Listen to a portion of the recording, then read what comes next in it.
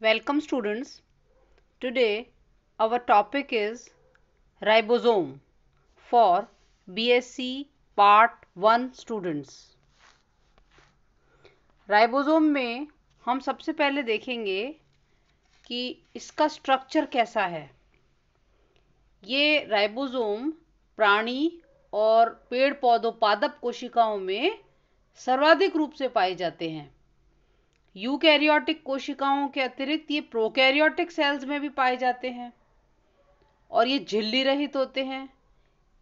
इनका मुख्य काम प्रोटीन संश्लेषण, प्रोटीन सिंथेसिस होता है और ये राइबोसोम्स राइबो न्यूक्लियो प्रोटीन से बने हुए सूक्ष्म कण हैं जो कोशिका द्रव्य में मुक्त या फ्री अवस्था में भी मिलते हैं और एंडोप्लाज्मिक रेटिकुलम अंतर्द्रव्यी कला से भी और केंद्रक कला से भी जुड़े हुए पाए जाते हैं। ये आरएनए और प्रोटीन से बने हुए कण होते हैं। अब ये पाए कहाँ जाते हैं? अब आप चित्र में देख रहे हैं ना कि रफ एंडोप्लाज्मिक रेटिकुलम पे छोटे छोटे से दाने हैं, इनको राइबोसोम बोलते हैं। दूसरा ये जो हरे रंग का चित्र है, आप देखेंगे कि इसमें राइबोसोम की एक लार्ज सब यूनिट है, एक टीआरएनए दिखा रखा है, एक एमआरएनए दिखा रखा है, मैसेंजर आरएनए, और राइबोसोम की स्मॉलर सब यूनिट है और एमिनो एसिड की चेन है जिसका नाम दिया है ग्रोइंग पॉलीपेप्टाइड चेन। तो अब हम देखेंगे इसके कि ये उपस्थित कहाँ कहाँ पे पाए जाते हैं। राइबोसोम्स का अकरेंस ये 150 से 200 आर्मस्ट्रॉन्ग डायमीटर के हैं और प्रोकैरियोट्स में ये साइटोप्लाज्म में फ्री अवस्था में पाए जाते हैं। लगभग 40% से 60% जो राइबोसोमल आरएनए और बाकी का जो पार्ट है वो प्रोटीन से बना होता है। राइबोसोमल आरएनए 40 से 60% तक होता है। अब इनका नंबर देखें तो इनकी संख्या अलग अलग सेल्स में अलग अलग प्रकार से होती है। जिन कोशिकाओं में प्रोटीन सिंथेसिस अधिक होता है वहाँ इनकी संख्या अधिक होती है। जैसे यूकैरियोट्स की कोशिकाओं में लगभग 1 करोड़ से 10 करोड़ तक हो सकते हैं और यह संख्या कोशिका में आरएनए की मात्रा और जो सिंथेटिक एक्टिविटीज, सिंथेटिक संश्लेषी क्रियाएं होती हैं उनके एक्टिव होने पर डिपेंड करती है, निर्भर करती है, अथवा निष्क्रिय होने के द्वारा प्रभावित होती है। कोई एक्टिवली प्रोटीन सिंथेसिस कर रहा है या नहीं कर रहा है उस पे डिपेंड करती है। फिर है आकृति व आकार, शेप एंड साइज। राइबोसोम्स गोलाकार कणीय रचनाएं हैं, जैसे आप देख रहे हैं चित्र में भी कि ये गोल है, इस पर कोई भी आवरण या कला नहीं पाई जाती। ये पोरस है, इसमें रंध्रमय होती है और हाइड्रेटेड जलायोजित कणिकाएं होती हैं, कण होते हैं। प्रोकैरियोटिक कोशिकाओं में ये छोटे आमाप या डायमीटर के होते हैं, 100 से 150 आर्मस्ट्रॉन्ग के। यूकैरियोट्स में 200 से 250 आर्मस्ट्रॉन्ग के। जब इनको राइबोसोम्स को हम सेंट्रीफ्यूज, जिसको बोलते हैं अपकेंद्रीकरण, सेंट्रीफ्यूगेशन करते हैं तो ये कोशिका द्रव्य से, साइटोप्लाज्म से अलग होकर के और जो हैवी पार्टिकल्स हैं नीचे और लाइट पार्टिकल्स ऊपर हो जाते हैं। तो इसको बोलेंगे सेडिमेंटेशन कोएफिशिएंट, यानी विभिन्न अवसादन गणांकों के द्वारा इसको प्राप्त किया जा सकता है, सेल में से अलग किया जा सकता है। इसके आधार पर हमने देखा कि ये 70S और 80S दो प्रकार के राइबोसोम्स पाए जाते हैं और ये जो दो प्रकार के राइबोसोम्स हैं, आप देख रहे हैं चित्र में भी 70 और 80S। ठीक है, तो यानी कि ये जो दो प्रकार है, इसमें जो S है उसको हम बोलेंगे स्वेदबर्ग इकाई, स्वेडबर्ग यूनिट। पैलेडे और कफ नामक वैज्ञानिक ने 1966 के अनुसार इन्होंने कहा था कि जो राइबोसोम है वो एक पूर्ण इकाई नहीं है, ये दो उप इकाइयों, सब यूनिट से मिलकर के बना है। 70S की जो उप इकाइयां हैं वो क्या हैं, आप चित्र में भी देख रहे हैं, 50S और 30S, और इनके बीच में एक छोटा सी एक दरार या क्लेफ्ट है जो इनको अलग करती है। तो 50S की जो उप इकाई है उसमें 50S तो बड़ी है 70 में और 30 वाली छोटी है। तो इस प्रकार जो 70S राइबोसोम्स हैं ये प्रोकैरियोट्स में पाए जाते हैं। तो इनका जो मॉलिक्यूलर वेट है या जिसको अणुभार कहते हैं 2.7 into 10 to the power of 6 dalton होता है। फिर ये 3 प्रकार के आरएनए और 53 प्रकार के प्रोटीन से बने होते हैं। अब माइटोकॉन्ड्रिया में अगर 60S से 70S प्रकार पाया जाता है तो उसमें भी इसी प्रकार से डिफरेंट कॉम्बिनेशन होगा आरएनए और प्रोटीन्स का। तो इस प्रकार हम जो चित्र में भी देखते जा रहे हैं कि अब एक और इसमें दिया हुआ है 80S प्रकार, जिसको बोलेंगे यूकैरियोटिक राइबोसोम। 80S राइबोसोम जो यूकैरियोटिक सेल्स में पाया जाता है, इसकी दो उप इकाइयां होती हैं, एक 40S और एक 60S। इनका मॉलिक्यूलर वेट है 4.5 से लेके 5 into 10 to the power of 6 dalton. अब इनमें जो उप इकाई है 40S की, इसमें एक मॉलिक्यूल तो 18S का है और जिसको बोलते हैं 18S राइबोसोमल आरएनए, और 33 प्रकार के प्रोटीन्स इसमें पाए जाते हैं। इस उप इकाई में 45% भाग आरएनए का होता है। अब प्रोटीन का जो मॉलिक्यूलर वेट है वो 11,200 से लेकर 31,000 तक का होता है। फिर 60S की अगर हम उप इकाई को देखते हैं तो इसमें जो इसका जो मॉलिक्यूलर वेट है, सेडिमेंटेशन वाला रेट है वो है 56.3S, और 5S 5.85 और 28S प्रकार के राइबोसोमल आरएनए का एक अणु तथा 49 प्रकार के प्रोटीन्स पाए जाते हैं। प्रोटीन्स का अणुभार 11,500 से 41,800 तक का हो सकता है।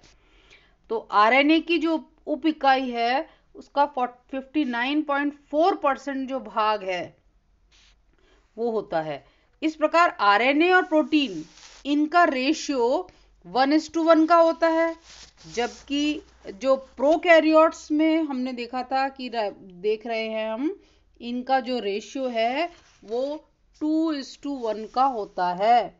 तो यानी कि प्रोकैरियोट्स और यूकैरियोट्स के जो राइबोसोम्स हैं इनमें कुछ अंतर पाया जाता है। तो मुख्य क्या अंतर हो सकते हैं, क्या भिन्नता हो सकती है कि जो प्रोकैरियोट्स है उनसे अपेक्षाकृत ये बड़े साइज के होते हैं।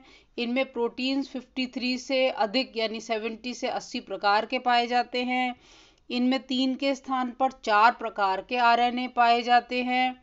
इनके जो प्रोटीन्स और न्यूक्लिक एसिड्स होते हैं, इनमें राइबोसोमल आरएनए या आरएनए प्रोटीन का अनुपात 1:1 का होता है, जबकि 70S में ये 2:1 का होता है। तो इस प्रकार से इनमें अंतर पाया जाता है। तो राइबोसोम्स के ऊपर किसी भी प्रकार की कोई झिल्ली या आवरण नहीं होती। आप चित्र में भी देख रहे होंगे कि दो अलग अलग टुकड़े दिखाई दे रहे हैं। लेफ्ट साइड के चित्र में देखिए 40 और 60, यानी एक उप इकाई नहीं होती है, दो छोटी इकाइयां मिलकर। तो इसकी जो बड़ी इकाई है ना वो गुंबदाकार और छोटी इकाई जो है उसके ऊपर टोपी की तरह होती है, और उनके बीच में एक खांच या उभार होती है जिनसे जुड़े रहते हैं, तो ज्यादातर या सामान्यतः इसमें जो प्रोटीन सिंथेसिस के समय में क्या होता है, ये आपस में जुड़ जाते हैं। और प्रोटीन सिंथेसिस के समय में दो या दो से अधिक राइबोसोम्स भी एक साथ मिल जाते हैं, उनको पॉलीराइबोसोम्स कह सकते हैं हम। ठीक है, आधुनिक शोध में ये पता चला कि जो राइबोसोम्स की दोनों उप इकाइयां हैं, सब यूनिट्स हैं, वो जनरली सामान्यतः कोशिका द्रव में फ्री रूप के अंदर उपस्थित रहती हैं। लेकिन जब प्रोटीन सिंथेसिस का काम आता है, जब इनको जरूरत पड़ती है, तभी ये एंडोप्लाज्मिक रेटिकुलम से जुड़ जाती हैं। और इनके बीच में जो क्लेफ्ट या एक दरार दिखाई देती है, वहां पर mRNA और tRNA पाए जाते हैं। इसमें क्या है कि राइबोसोम्स में जो बड़ी वाली इकाई है, इसके अंदर दो स्थल पाए जाते हैं, एक P स्थल, एक A स्थल। जो A स्थल है, वहां पर हम देखते हैं कि यहाँ पे नए जुड़ने वाले एमिनो एसिड tRNA उपस्थित होते हैं। फिर वो अपने tRNA को ट्रांसफर करके P स्थल पर दे देते हैं, जहां पे पॉलीपेप्टाइड श्रृंखला उपस्थित होती है।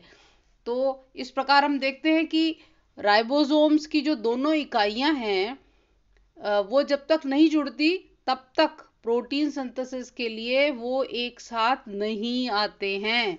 तो इसमें जुड़ने के लिए क्या मुख्य बात है, एक बहुत इंपॉर्टेंट चीज है राइबोसोम में, कि दोनों उप इकाइयों को मैग्नीशियम की सांद्रता या कंसंट्रेशन के ऊपर निर्भर रहना पड़ता है।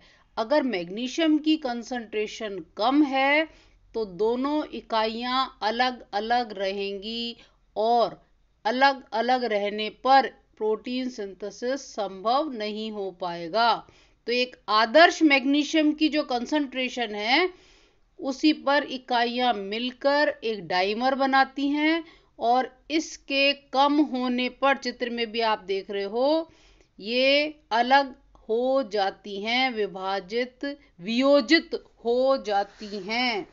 और इसमें हम चित्र में ये भी देख रहे हैं कि इसमें जो राइबोसोम का चक्र है, वो कैसे सब यूनिट्स जो है मैग्नीशियम के कंसंट्रेशन पे और प्रोटीन सिंथेसिस की आवश्यकता पूरी होने पर वापस से दोनों सब यूनिट्स अलग अलग हो जाती हैं। तो इसका मतलब इसमें कुछ ऐसा केमिकल कॉम्पोजिशन पाया जाता है जो हमेशा जोड़े हुए नहीं रखता। तो नेक्स्ट हम देखते हैं रासायनिक संगठन, केमिकल कंपोजिशन। तो अगर हम इसके रासायनिक उसको देखते हैं, केमिकल कंपोजिशन को देखते हैं, तो हम देखते हैं कि राइबोसोमल आरएनए, ऊपर भी आपने चित्र में देखा था पहले, ribosomal nucleic acid, ribosomal RNA और प्रोटीन्स के बने होते हैं। इनमें मैग्नीशियम, कैल्शियम, मैंगनीज, ये आयंस पाए जाते हैं। प्रोटीन्स अधिकतर एंजाइम के रूप में कार्य करते हैं, और प्रोटीन सिंथेसिस की क्रियाओं का जो विभिन्न स्तर पर इनको कंट्रोल या नियमन करते हैं। तो राइबोसोमल आरएनए प्रत्येक प्रकार के राइबोसोम में 3 या 4 प्रकार के होते हैं। तो राइबोसोमल आरएनए अत्यधिक कुंडलित वलनित प्रकार के होते हैं, और लंबी तंतु के रूप में इनकी रचना होती है, और प्रोटीन मॉलिक्यूल्स इनसे जुड़े हुए रहते हैं। तो राइबोसोम्स में जो उपस्थित प्रोटीन्स हैं, वो बड़े कॉम्प्लेक्स प्रकार के होते हैं। तो इनके अंदर जो इनको बोलते हैं कोर प्रोटीन, और इनके साथ जो पाए जाते हैं वो स्प्लिट प्रोटीन होते हैं। जो हम जब इसको हम पढ़ते हैं आगे, तो हम देखते हैं वो स्प्लिट प्रोटीन भी होते हैं इसमें।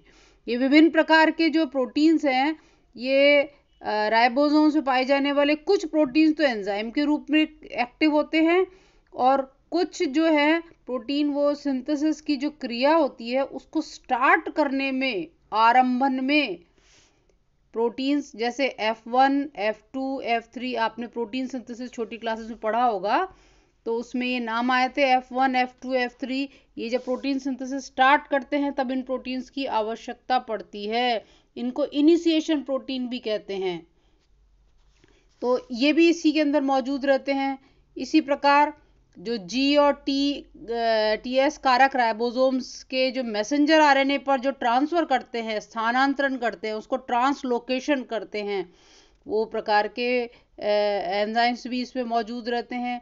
पेप्टिडिल ट्रांसफरेज, ये पेप्टाइड की श्रृंखलाओं को एमिनो एसिड राइबोसोमल आरएनए के रूपांतरित करने और इनको एंड करना। भाई प्रोटीन अब बन गया है तो उसको बोलते हैं समापनकारी कारक, टर्मिनेशन फैक्टर R1 और R2 इस प्रकार की भूमिका निभाते हैं।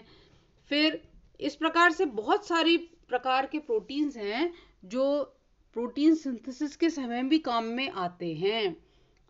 तो अभी आप इसमें चित्र में भी देख रहे हैं कि किस प्रकार से जो है 60S और 40S जब प्रोटीन का बनाने का काम हो गया तो कभी कभी तो ये वापस साइकिल में आ जाते हैं, बिखरे हुए रहते हैं 60 और 40S, ठीक है। लेकिन कभी कभी इनकी राइबोफेजी भी हो जाती है, यानी कि ये समाप्त हो जाते हैं और लाइसोसोम तब इन 60 और 40S प्रकार को समाप्त कर देता है। तो अब इसकी अगर हम देखें तो उत्पत्ति कहाँ से होती है, बायोजेनेसिस ऑफ राइबोसोम। तो यूकैरियोटिक कोशिकाओं में जो राइबोसोम्स हैं वो न्यूक्लियोलस से सिंथेसाइज होते हैं। न्यूक्लियोलस में एक न्यूक्लियोलर ऑर्गेनाइजर रीजन होता है, वहां पर जो राइबोसोमल आरएनए है जैसे कि 18S, 28S, पहले पूर्व में आपने देखा था 5.8S, इनके जीन्स पाए जाते हैं और ये जो जीन्स हैं विभिन्न प्रकार के राइबोसोमल आरएनए को अनुलेखन द्वारा बनाते हैं। और 5S जो राइबोसोमल आरएनए है इसको कोडित करने वाला जो जीन है वो न्यूक्लियोलस में नहीं पाए जाते, ये आरएनए पॉलीमरेज 3 द्वारा अनुलेखित होता है। तो राइबोसोम का जो अधिकतर जो भार है वो केंद्रक से ही बनने के बाद में कोशिका द्रव में फ्री अवस्था में आ जाता है। तो विभिन्न प्रकार के जो प्रोटीन सिंथेसिस अपने साइटोप्लाज्म में होते हैं वो उपस्थित राइबोसोम्स के ऊपर होते हैं। तो इस प्रकार से ये केंद्रक में स्थानांतरित हो जाते हैं और ये दोनों भाग राइबोसोमल आरएनए और प्रोटीन मिलकर राइबोसोम की एक उप इकाई बनाते हैं। तो प्रोटीन सिंथेसिस या प्रोटीन संश्लेषित होकर फिर न्यूक्लियोलस में स्थानांतरित हो जाते हैं। यहाँ 45S राइबोसोमल आरएनए से प्रोटीन मिलकर राइबो न्यूक्लियोप्रोटीन कॉम्प्लेक्स बनाता है, RNP। और ये जो कॉम्प्लेक्स प्रोसेस है, ये जो जटिल क्रिया है, इसमें 45S राइबोसोमल आरएनए दो प्रकार के 32S राइबोसोमल आरएनए और 18S राइबोसोमल आरएनए का अनुलेखन करता है। पूर्व के चित्र में ये सब आपने देखा था। और 18S राइबोसोमल आरएनए कुछ प्रोटीन्स के साथ मिलकर 40S उप इकाई बनाता है। यह जो उप इकाई कोशिका द्रव में जब ट्रांसफर हो जाती है तो इस प्रकार से 32S राइबोसोमल आरएनए से 28S राइबोसोमल आरएनए तथा 5.8S राइबोसोमल आरएनए बाहर निकलता है। अब न्यूक्लियस से जब ये बाहर निकल जाता है तब 5S राइबोसोमल आरएनए मिलकर 60S उप इकाई बनाता है। इसके पहले सारे के सारे न्यूक्लियस में बन रहे थे और 5S बाहर था और 40S उप इकाई और 60S उप इकाइयां ये दोनों केंद्रक कला के छिद्रों से निकलकर कोशिका द्रव में फिर फ्री अवस्था में रहते हैं।